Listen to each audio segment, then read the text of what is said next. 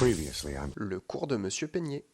Dans le paragraphe précédent, on a vu que quand on avait une fonction petit f à valeur positive sur un intervalle AB et qu'on voulait l'aire qui était comprise entre la courbe et l'axe des abscisses sur cet intervalle AB, il convenait d'en déterminer une primitive grand F et de calculer grand F de B moins grand F de A.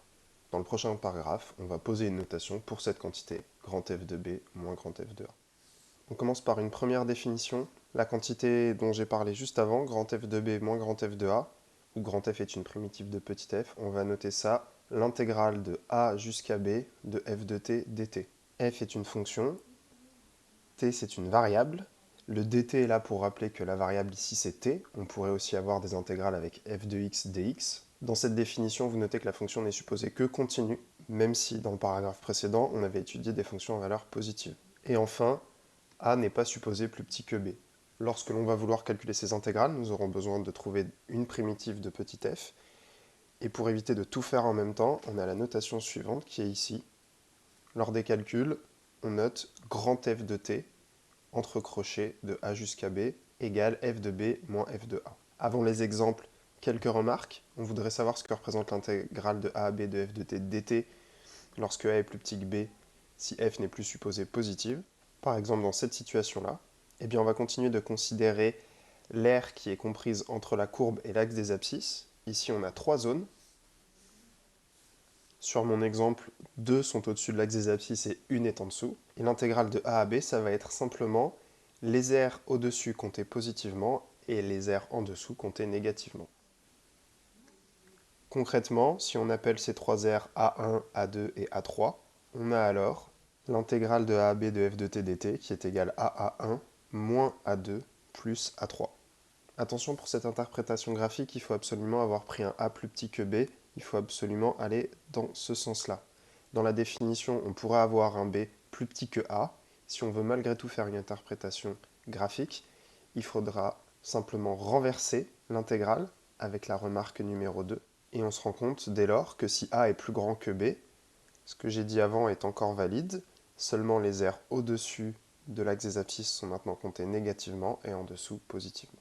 Pour finir, on se rappelle qu'une primitive d'une fonction donnée, ce n'est pas unique, mais étant donné le calcul qu'on effectue, f de b moins f de a, et comme les primitives d'une fonction diffèrent d'une constante, peu importe le choix de la primitive que je fais pour calculer l'intégrale de ab de f de t dt, je trouverai toujours le même résultat, ce qui justifie la notation. Deux exemples. L'intégrale de 1 à 2 de t dt. On commence par essayer de déterminer une primitive de l'expression t par rapport à la variable t. On la note entre crochets. Donc t carré sur 2 de 1 jusqu'à 2. Puis on évalue en 2 et en 1 et on fait la différence des deux. Ce qui nous donne 2 moins 1 demi égale 3 demi. Si on essaie de comprendre ça graphiquement, on a ici en rouge la courbe représentative de la fonction qui a t associée t. Et ce qu'on a déterminé, c'est cette aire-là. On voit qu'elle est constituée d'un carré d'aire 1 et d'un demi-carré d'aire 1 demi.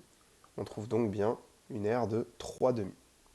Deuxième exemple, si on veut essayer de calculer l'intégrale de moins 1 à 3 de t moins 1 au cube dt, il y a deux possibilités. On peut faire ou bien comme dans cet exemple et développer le t moins 1 au cube afin de trouver une primitive facilement. On pourrait aussi reconnaître une dérivée de composée. Dans les deux cas, on trouvera alors une intégrale qui est 0. Si on essaie de regarder sur une représentation graphique pour bien comprendre, en observant la courbe représentative de la fonction qui a t associe t moins 1 au cube, on se rend compte qu'il y a une symétrie par rapport à ce point-là, et donc l'aire qui se trouve compris entre l'axe des abscisses et la courbe entre moins 1 et 1, cette aire-là, est comptée négativement, et la même aire que l'aire qui se trouve entre la courbe et l'axe des abscisses de 1 à 3, qui ici est comptée positivement. On comprend mieux pourquoi est-ce qu'on trouve 0 comme intégrale de moins 1 à 3. On essaye maintenant d'étendre la définition d'intégrale à des fonctions qui ne sont plus nécessairement continues, mais continues par morceaux. On donne d'abord une définition de fonction continue par morceau. Donc la définition nous dit que pour qu'une fonction définie sur AB soit continue par morceau, il faut qu'on puisse trouver une subdivision A0, A1 jusqu'à AN, telle que les fonctions restreintes aux intervalles ouverts AI, AI plus 1 soient toutes continues et qu'en plus elles soient prolongeables par continuité aux intervalles fermés. Concrètement, sur un exemple, avec ici notre fonction f, dont voilà une représentation graphique avec GeoGebra, on voit que notre fonction n'est pas continue. En revanche, si on se place sur moins 2, 1 ouvert, on a bien une fonction continue. Si on se place sur 1, 3 ouvert, on a bien une fonction continue. Et si on se place sur 3, 5 ouvert, on a bien une fonction continue. Dans la définition, on demande en plus que les fonctions soient prolongeables par continuité sur chacun de ces intervalles fermés. Sur moins de 1, on peut bien prolonger notre fonction par continuité en décidant que l'image de 1 est 2. Sur 1, 3, on peut bien prolonger la fonction par continuité en décidant que l'image de 1 est 1 et que l'image de 3 est 9. Et enfin, sur 3, 5, il n'y a rien à faire puisque sur 3, 5 fermés, la fonction est déjà continue. Concrètement, demander à ce que sur chacun des intervalles ouverts, on puisse prolonger par continuité au fermé, ça nous assure qu'il n'y ait pas de limite infinie. Et ça nous assure que lorsqu'on essaiera de calculer l'intégrale, on n'ait bien que des aires finies. Ce qui ne serait pas le cas avec notre deuxième exemple. Voici ici la courbe représentative de la fonction g, qui est définie sur moins de 2, 0 exclu comme étant la fonction inverse, et dont l'image de 0 est 0. Ici, on voit qu'on ne pourra pas prolonger par continuité aux intervalles 2, 0 ou 0, 2 notre fonction g, tout simplement parce que la limite lorsqu'on s'approche de 0 par valeur supérieure, c'est plus l'infini, par valeur inférieure, c'est moins l'infini. Ce qui fait que si j'ai envie de calculer l'intégrale de cette fonction, je suis un peu gêné parce que l'aire, ici, paraît être infini. Les fonctions continues sur un segment sont évidemment des fonctions continues par morceau avec un seul morceau.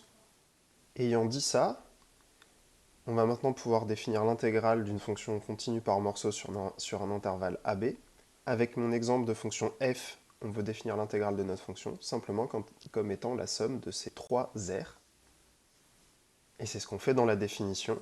Vous voyez que lorsqu'on a une fonction continue par morceau, pour avoir l'intégrale de a à b de f de t dt, où f est notre fonction continue par morceau, on va simplement ajouter les intégrales sur chacun des sous-intervalles avec l'exemple de la fonction partie entière, qui est bien une fonction continue par morceau. Si on essaie de calculer l'intégrale de 0 jusqu'à 3, eh bien on va découper sur 0, 1, puis 1, 2, puis 2, 3. La partie entière de t sur 0, 1, ça vaut 0 sauf en 1, mais on va prolonger par continuité, et donc on va mettre 0 pour tous les t entre 0 et 1. La partie entière de t sur 1, 2, ça vaut 1, sauf si t vaut 2, mais encore une fois on prolonge par continuité, et donc on met 1 pour toutes les valeurs. Et enfin, la partie entière de t sur 2, 3 vaut 2, sauf en 3, mais on prolonge par continuité, et donc on met 2 pour toutes les valeurs. Et on n'a plus qu'à finir le calcul, et on trouve 3. Voilà qui conclut ce paragraphe.